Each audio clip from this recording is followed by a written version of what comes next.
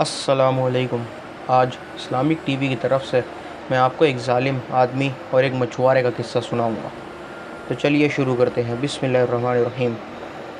علامہ ابن حجر رضی اللہ تعالیٰ عنہ جو بہت بڑے اسکالر ہیں، اپنی کتاب میں لکھتے ہیں کہ ایک شخص نے کہا کہ میں نے ایک شخص کو دیکھا کہ جس کا ہاتھ کاندھے سے کٹا ہوا تھا اور وہ چیخ چیخ کر کہہ رہا تھا، مجھ سے عبرت حاصل کرو اور کسی پر بھی ظلم نہ کرو، اور ظلم کرنے والوں کا انجام میرے جیسا ہوتا ہے۔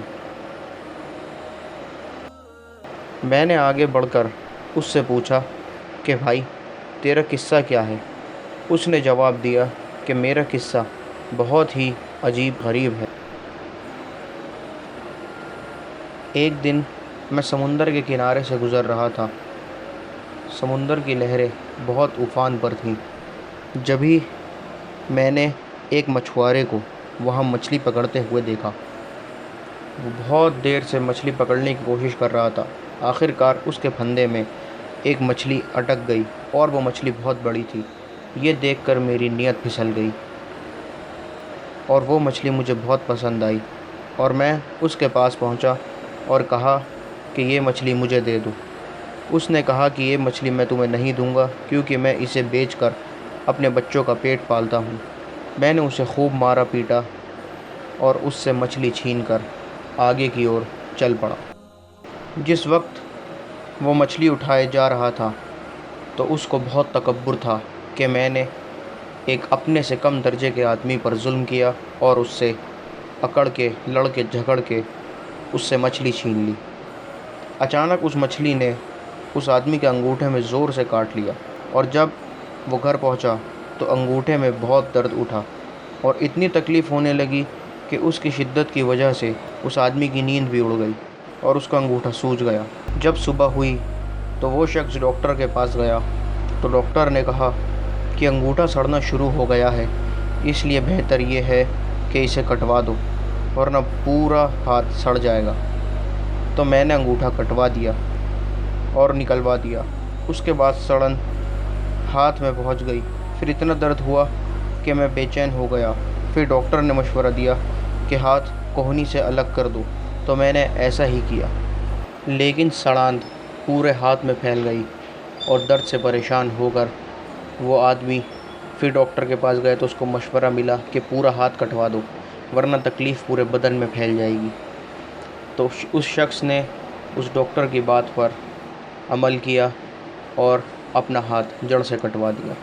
اب جو لوگ اس سے پوچھتے ہیں کہ آخر یہ تکلیف کیوں ہوئی تو وہ سب کو یہی قصہ سناتا ہے۔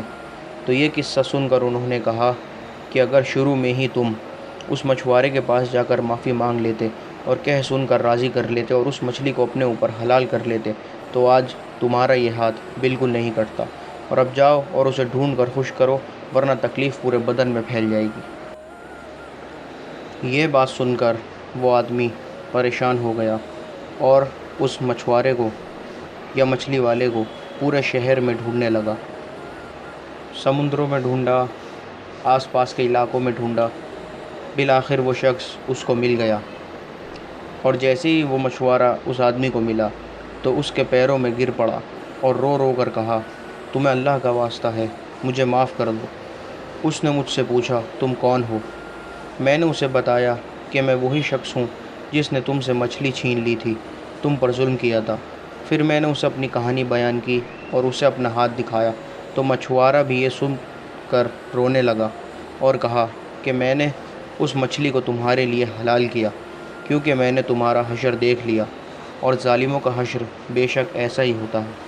پھر اس آدمی نے پوچھا، خدا کا واسطہ مجھے بتاؤ، جس دن میں نے تم سے ظلم کر کے وہ مچھلی چھینی تھی کہ تم نے اس وقت مجھے کوئی بد دعا دی تھی؟